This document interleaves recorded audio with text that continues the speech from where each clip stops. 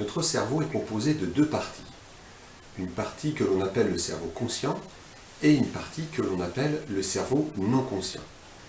Alors, qu'est-ce que l'on trouve dans ces deux compartiments de notre cerveau? Pour faire assez simple, le cerveau conscient va recouvrir tout ce qui concerne l'apprentissage. Donc, quand je suis en train d'apprendre ou de travailler consciemment sur un sujet, je suis en train d'activer mon cerveau conscient. Dans ce cerveau conscient va aussi se trouver la volonté. La seconde partie de notre cerveau s'appelle donc le cerveau non conscient. Qu'est-ce que l'on trouve dans ce cerveau non conscient? On va y trouver les émotions, donc joie, peur, colère, tristesse, souffrance. On va y trouver l'imagination, la créativité. On va aussi y trouver dans cette partie-là l'intuition et la spiritualité. C'est aussi cette partie de notre cerveau qui commande tout notre corps. Chacune des cellules est commandée par cette partie non consciente de notre cerveau. Vous n'êtes pas là en ce moment en train de vous poser la question de comment se passe la respiration, la régénération de vos cellules. Tout ça, c'est géré automatiquement, en tout cas de façon non consciente.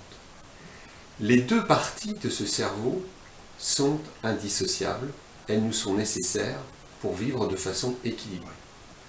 Le sujet, c'est que généralement, on confie quasiment tout à notre cerveau conscient en délaissant notre cerveau inconscient. Or, il va falloir s'inviter à faire le contraire. Notre cerveau inconscient, je vous l'ai dit, est le lieu de la créativité, de toute l'imagination. Et c'est au contraire ce cerveau qui devrait piloter notre vie et notre cerveau conscient réaliser ce que nous pensons. Et ça, c'est tout un exercice de réapprentissage à aller se connecter à ce cerveau non conscient pour qu'il puisse piloter notre vie, puisqu'on va aussi y trouver l'envie. Tout à l'heure, je vous ai dit, le cerveau conscient va agir sur la volonté, et le cerveau non conscient, lui, va être tout ce qui va être l'envie. Et l'envie va être beaucoup plus fort que la volonté. Quand j'ai envie de quelque chose, c'est plus puissant que si je le veux.